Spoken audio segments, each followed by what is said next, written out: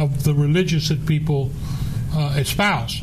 I remember having a discussion with my father years ago, about 40 years ago, who happens to be a Southern Baptist preacher, and I was complaining to him that in the civil rights movement, there were no Baptists out there parading in these civil rights. There were Episcopalians out there, and there were Catholics. No Baptists. And he says, what about Martin Luther King? You know, like I was seeing it through the filter of Southern Baptists, yes, and not seeing the whole picture. You can take, and I know you've got some interesting articles here about the kind of things that people said supporting slavery years ago. Well, believe me, every pulpit in the South had preachers, Baptist preachers, a lot of them, supporting segregation and having plenty of biblical examples for it. But by the same token, the people that were fighting these things morally happened to also be religious people, and also would probably label themselves Christian. Okay? Now, one of the things I've noticed over the years about Christians is it's always the other Christians who aren't real Christians. You ever notice how they do that?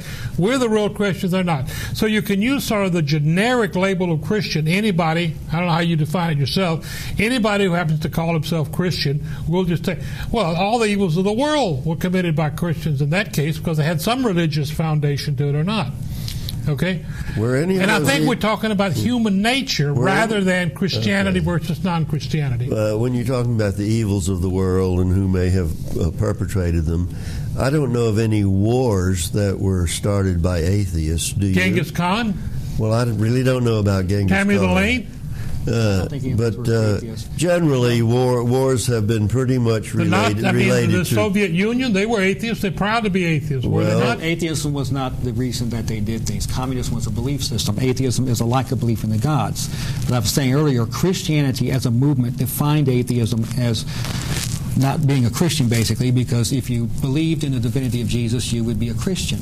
I agree with you that everything that has been done, Christians have done, is in a way a reflection of human nature. What I think, if you read through the historical material, certain things about Christian theology intensify some of the certain aspects. That's because this has been the religion of this culture, generally speaking. And back in the Roman times, when the paganism ruled, Christians were atheists, were they not? Yes. You didn't believe in Sol Invictus. You didn't believe in Mithra. You were Mardi Gras in New Orleans. If you don't believe in these street gods that are parading, you're an atheist. And there were slaves in many different civilizations. Yes. And at one time, the Jews were slaves. Now, but you want to specifically tie slavery in the United States, particularly in the southern United States, to Christianity. How do you make that connection? As I said earlier, the basis of it was that from the beginning, Christianity said all pagans, all Jews are in effect Satan worshippers. That makes them immoral. That's why they relate. It's standard for Christians, many of them, to say that atheism leads to immorality. That's why they attack the Soviet Union as atheists, because of this belief that if you're not a Christian, you're serving Satan, and that is serving evil. So they justified the killing or enslaving of pagans, and when they started bringing Africans to the English colonies, they applied these same concepts to them. Now, there's a case, 1608, ruling by Lord Coke, called Calvin's case, which is considered, which spells out that doctrine. And he said that all infidels are in law perpetual enemies of Christians, quote unquote. For between them as with the devils, whose subjects they be, and the Christian, there is perpetual hostility and can be no peace, unquote. And that is, scholars believe that is the foundation of later court rulings. When Africans were first brought to the colonies, they were treated as indentured servants. In theory, released after 7 years. But after a few decades, in one colony after another, slavery became permanent for Africans rather than temporary. And when this was challenged, it was challenged in English courts. In 1677, there was a case, actually two cases, called Butts versus Penny. And the ruling, here's an essential part of it. Quote, but the court held that Negroes being usually bought and sold among merchants as merchandise, and also being infidels, there might be a property in them sufficient to maintain trover. And the same thing in the other case. And then in 1693, again, someone challenged the enslavement and in a case called Gelly versus Cleve.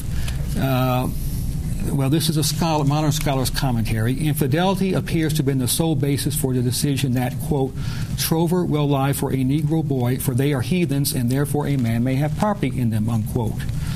But my understanding is, at least maybe past the early stages and up until the time of emancipation, that they had turned their slaves into Christians, and they had had accepted that religion. So how could they still call them infidels? Well, this is one of the points that some scholars get into. First of all, they started passing laws saying that, in effect, becoming a Christian would not automatically free a slave. And secondly, what you have is a number of, I'll find you some quotes here in a moment. The Anti-American Slavery Association attacked on several times, complained that most of the slaves were heathens, infidels, or pagans. This was it's a matter of debate among scholars as how many slaves actually were Christians. I don't know if I can find it off here real quickly, but again, it's just been one of those things where even conversion eventually did not become a factor to free the African. But here's the significant point. What we call racism, the modern concept of race did not develop until later 18th century. These laws and court rulings are from the 17th century. And I'll show you two additional laws. In other words, there was about a 150-year period when there was no such thing as racism in the modern sense, no concept of race, and yet we have the laws saying Africans could be enslaved because they were permanently because they were heathens. And here is a Virginia law.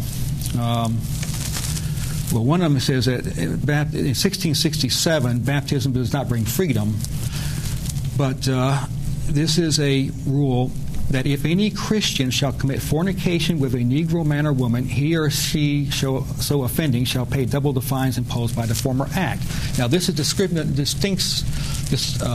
makes a division between Christians and non-Christians. And I'll come back to that in a second because I'll read you the other law. This is a Maryland law. This is 1664.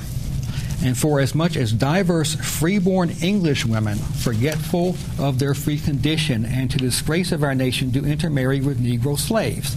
Now, if there was such a thing as racism, why would you have so many of what we would call interracial marriages? This law clearly shows, these laws show that they were making a distinction between Christians and pagans. Well, you don't pass laws against things that people never do. I mean, that's just a proven thing. But here's the problem I have with the argument. I think it's a case of special pleading. I hated to be put in the position of having to defend Christianity, as I mentioned to you earlier, because I don't think that's necessarily what is valid here. But all in all, if we compare the positive effects of Christianity on human development, say anti-slavery and anti-segregation versus the negative, I think Christianity would come down as across the board on the right side of the fence historically. You apparently do not, and I think you have an axe to grind. No, I think you're citing unknown to me legal procedures from 300 years ago. None of us have ever heard of them. What kind of effect does it have? Well, this is why I'm doing this research, because most But it people doesn't prove anything. It's just some law that some people passed 300 years ago that carries no weight. They carried weight. Those laws were in effect until the 1960s. I don't remember the name of the case, but it wasn't until the 1960s that the courts ruled that these so-called racial marriage laws. I understand that.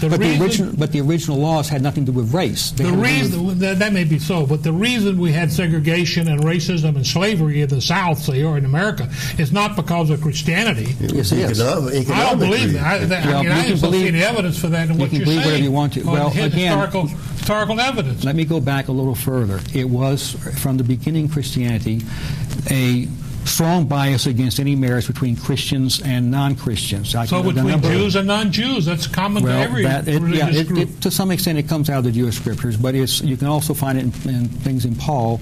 But the thing is, Christians repeated this over and over. Leading Christian thinkers, theologians, Tertullian, had this long tirade against Christians marrying non-Christians in the